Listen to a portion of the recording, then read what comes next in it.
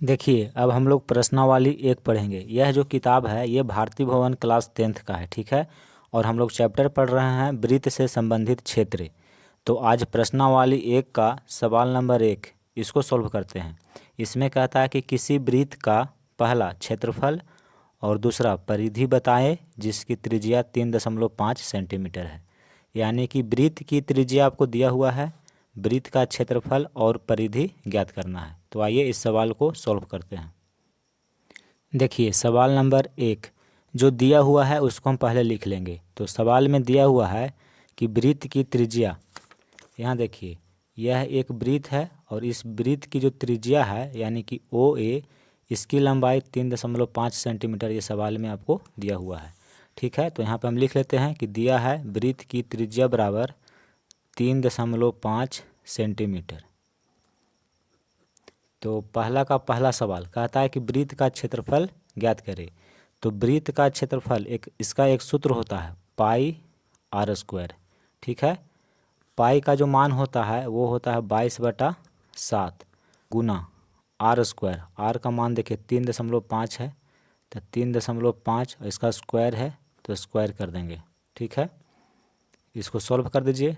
22/7 गुना 3.5 का स्क्वायर है, इसका मतलब हुआ 3.5 गुना 3.5, ठीक है। बटा में 1 छिपा हुआ रहता है। दशमलव जब हटाएंगे तो नीचे 1 शून्य बैठेगा, इसमें भी दशमलव हटाएंगे तो इधर 1 अंक है तो 1 शून्य नीचे बैठ जाएगा। अब इसको काटिए, देखिए 7 से ये 35 कट जाएगा, 7 बचे 35, ठीक है। 5 से 10 कट जाएगा, 5 दूनी का 10, 2 से 22 कट जाएगा, तो 2 से 22 को काट देंगे तो 11 बार में कट जाएगा। फिर ये दोनों 5 से कटेगा, देखिए 5 सत्ते 35 और ये 5 दूनी का 10। तो ऊपर में 11 बचा हुआ है और 7 बचा हुआ था। 11 को 7 से गुना करेंगे तो 77 होगा और बटा में 2 है। इसको काट दीजिए तो कितना होगा, 2 तिया 6 और 2 अठी 16.5। जब 77 को 2 से भाग दीजिएगा तो इतना बार में कट जाएगा। तो देखिए वृत्त का क्षेत्रफल कितना आया, 38.5, ठीक है। तो यहाँ पे लिख देंगे 38.5 वर्ग सेंटीमीटर, ठीक है, सेंटीमीटर स्क्वायर। क्षेत्रफल का जो इकाई होता है वो सेंटीमीटर स्क्वायर होता है, ठीक है। यहाँ सेंटीमीटर में दिया हुआ है इसलिए इसको सेंटीमीटर स्क्वायर हम कर दिए। तो ये हो गया वृत्त का क्षेत्रफल। अब देखिए सवाल नंबर 2 पहला का दूसरा, इसमें कहता है कि वृत्त की परिधि ज्ञात करें, ठीक है, और त्रिज्या आपको दिया हुआ है। तो हम जानते हैं कि वृत्त की परिधि इसका एक सूत्र होता है 2πr। अगर नहीं पता है तो इसको याद कर लीजिए कि वृत्त की परिधि बराबर 2πr होता है, ठीक है। अब इसमें मान रखिए, आंसर आ जाएगा। देखिए 2 है गुना पाई है, तो पाई का जो मान होता है वो होता है 22/7। तो पाई का मान हम रख दिए और त्रिज्या आपको सवाल में दिया हुआ है, इसका मान है 3.5। इसी को सॉल्व करना है, ठीक है। देखिए बटा में कुछ नहीं है तो 1 छिपा हुआ है। जब दशमलव हटाएंगे इधर 1 अंक है तो 1 शून्य नीचे बढ़ जाएगा। तब दशमलव हट गया, अभी ये हो गया है 35, ठीक है। अब इसी को काटना है, 7 से 35 कट जाएगा 5 बार में, और 5 से 10 काटेंगे 2 बार में, और 2 से ये 2 ऊपर कट जाएगा तो बचा कितना, 22 सेंटीमीटर, ठीक है। सेंटीमीटर में है तो सेंटीमीटर लिखेंगे, यानी कि वृत्त की जो परिधि होगी वो होगा 22 सेंटीमीटर। अब देखिए सवाल नंबर 2, इसमें कहता है खाली स्थान भरे ताकि कथन सत्य हो। सवाल नंबर 2 में 2 सवाल है, ठीक है। और इसमें देखिए कहता है कि किसी वृत्ताकार क्षेत्र की परिधि 4 पाई मीटर है तो उसकी त्रिज्या कितनी होगी। यहाँ पे आपको त्रिज्या लिखनी है, ठीक है। तो आइए इस सवाल को हम सॉल्व करते हैं। देखिए सवाल नंबर 2 का पहला, इसमें जो दिया हुआ है उसको हम लिख लेंगे। तो सवाल में कहता है कि जो वृत्ताकार क्षेत्र की परिधि है वो आपको दिया हुआ है, ये है 4 पाई मीटर, ठीक है। इतना दिया हुआ है वृत्ताकार क्षेत्र की परिधि और त्रिज्या पूछ रहा है, ठीक है। तो हम जानते हैं कि वृत्ताकार क्षेत्र की जो परिधि होती है वो क्या होती है। देखिए ऐसा एक वृत्ताकार क्षेत्र है, ठीक है, और इसकी जो परिधि है ये जो आप देख रहे हैं इसी को बोलते हैं परिधि। तो इसकी लंबाई दिया हुआ है कि 4 पाई मीटर है। तो कहता है कि इसकी त्रिज्या कितनी होगी, यानी कि यहाँ से लेकर यहाँ तक ये जो लंबाई है ये कितनी है। तो वृत्त की परिधि, इसका एक सूत्र होता है 2πr, यानी कि इतना बराबर आपको दिया हुआ है 4π। ठीक है, तो वृत्ताकार क्षेत्र की परिधि, इसका सूत्र होता है 2πr, यानी कि इसका जो वैल्यू है, इसका जो मान है वो है 4π। ठीक है, देखिए अब त्रिज्या निकालनी है तो r बराबर इधर 4π है और इधर देखिए 2π गुना में है, तो जब बराबर किधर लाएंगे तो ये हो जाएगा बटा में। ठीक है, पाई से पाई कट गया और 4 2 से कट जाएगा 2 बार में, यानी कि r बराबर 2 मीटर, यानी कि त्रिज्या कितनी हो जाएगी, 2 मीटर हो जाएगी। ठीक है, तो ये जो खाली स्थान है यहाँ पे आप लिख दीजिएगा 2, यानी कि 2 मीटर है त्रिज्या। अगला सवाल देखिए, कहता है कि किसी वृत्त का क्षेत्रफल 49π वर्ग सेंटीमीटर है तो उसका व्यास कितना सेंटीमीटर होगा। यहाँ पे आपको व्यास निकालना है। ठीक है, जैसे देखिए मान लीजिए कि एक इस तरह से वृत्त है। ठीक है, और इस वृत्त का क्षेत्रफल सवाल में आपको दिया हुआ है कि 49π वर्ग सेंटीमीटर है। ठीक है, क्षेत्रफल जब भी होता है तो वर्ग में होता है। ठीक है, सेंटीमीटर है तो वर्ग सेंटीमीटर। तो ये जो है क्षेत्रफल दिया हुआ है और सवाल कहता है कि इस वृत्त का व्यास बताइए। ठीक है, यानी कि यहाँ से लेके यहाँ तक ये लंबाई कितनी है ये आपको बताना है। तो देखिए यहाँ पे हम लिख लिए हैं, जो दिया हुआ रहता है उसको हम लिख लेते हैं।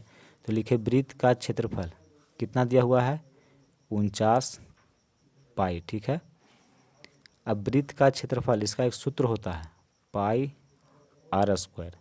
वृत्त का क्षेत्रफल अगर आपको नहीं पता है तो याद कर लीजिए, इसका क्षेत्रफल होता है πr², यानी कि इतना बराबर आपको दिया हुआ है 49π। और सबसे पहले हम त्रिज्या निकाल लेते हैं यहाँ से, तो r² बराबर 49π। ठीक है, इधर 49π है और पाई देखिए इधर गुना में है तो इधर आके बटा में हो जाएगा, पाई से पाई कट जाएगा, r² बराबर 49। तो r बराबर क्या होगा, जब स्क्वायर हटता है तो इधर वर्गमूल होता है।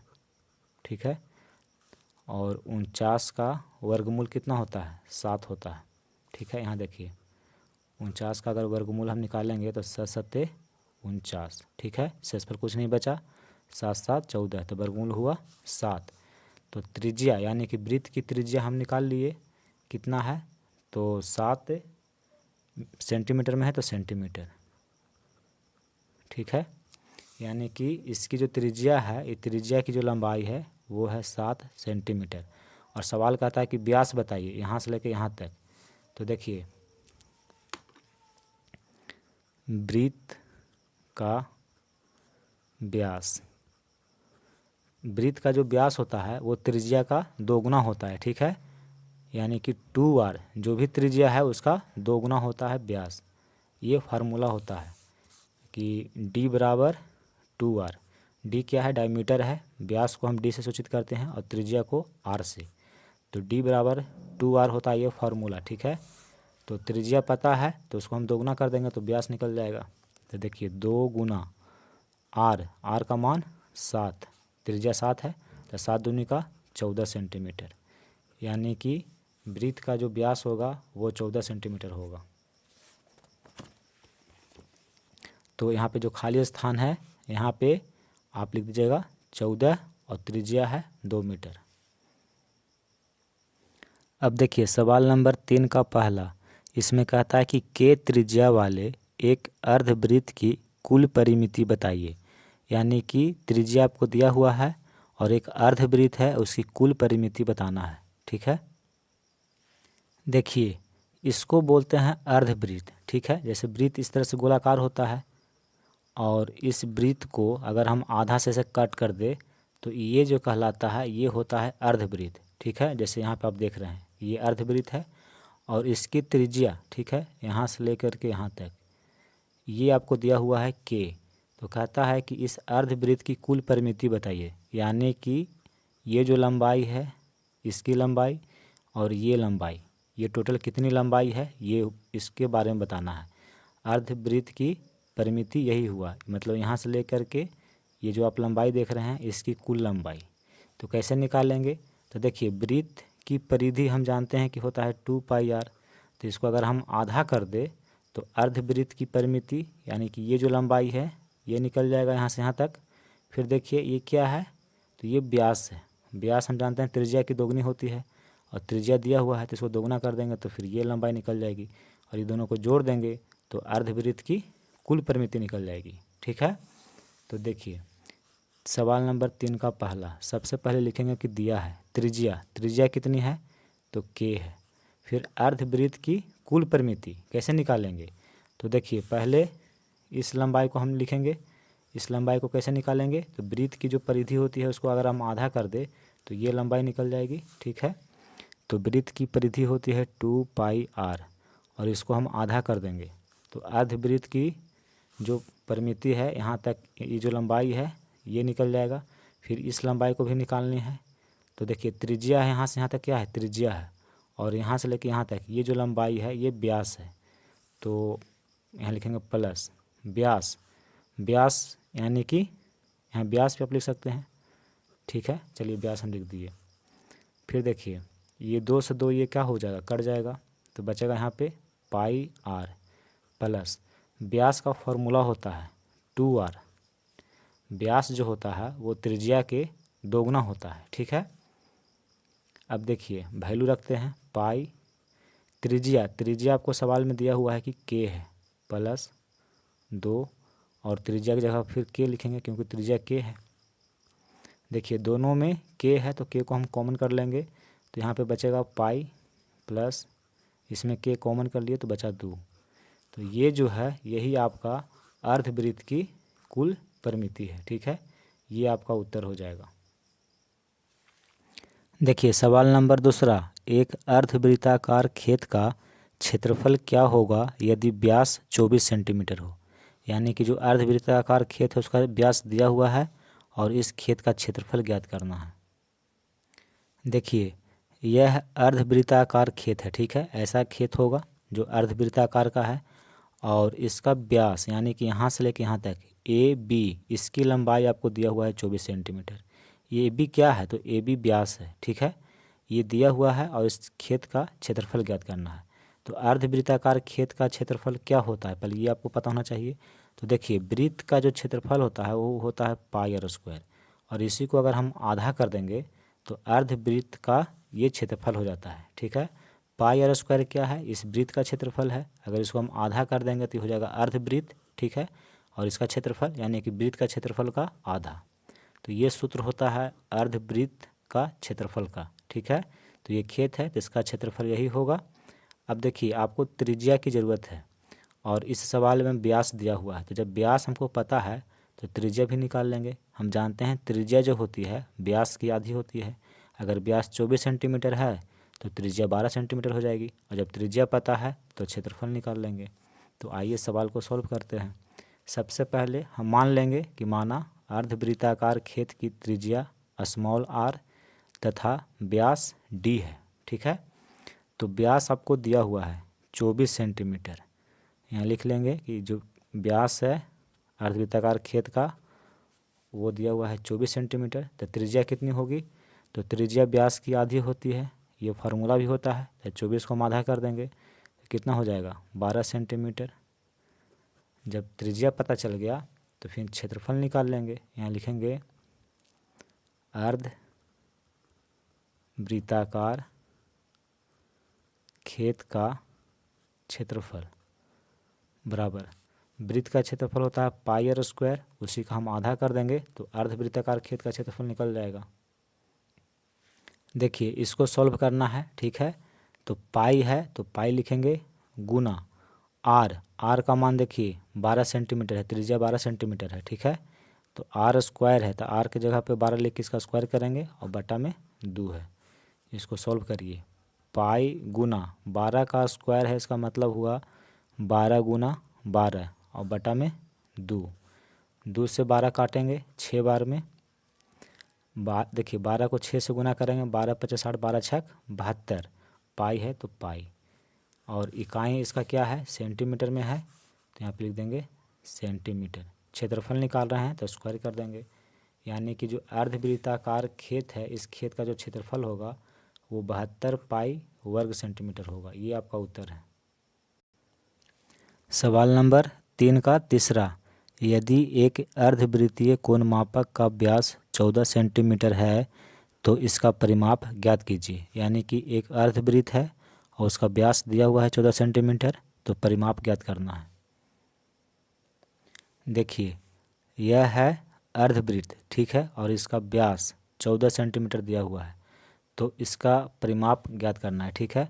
जब देखिए, जब व्यास 14 सेंटीमीटर है तो त्रिज्या हम जानते हैं व्यास की आधी होती है, तो व्यास 14 सेंटीमीटर है तो त्रिज्या हो जाएगा 7 सेंटीमीटर, ठीक है।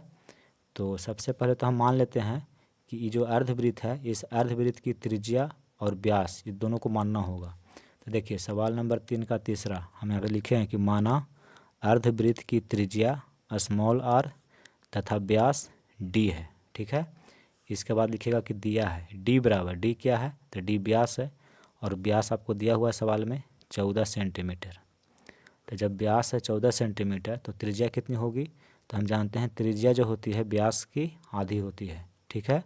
तो 14 का हम आधा कर देंगे तो 7 सेंटीमीटर, ये हो गया त्रिज्या।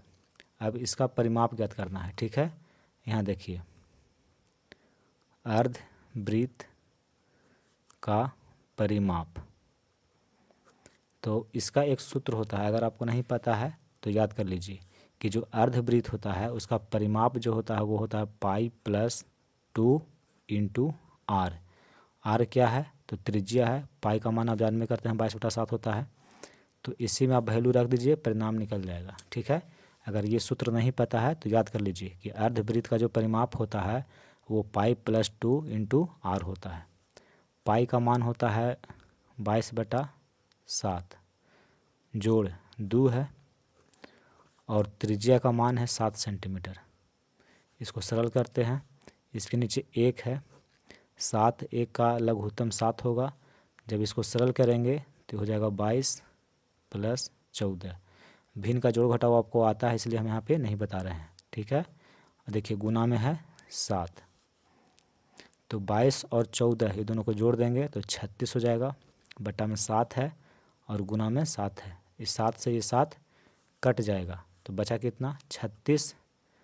तो देखिए 36 सेंटीमीटर, ठीक है, सेंटीमीटर में है तो 36 सेंटीमीटर इस अर्धवृत्त का परिमाप होगा, 36 सेंटीमीटर, यही उत्तर होगा।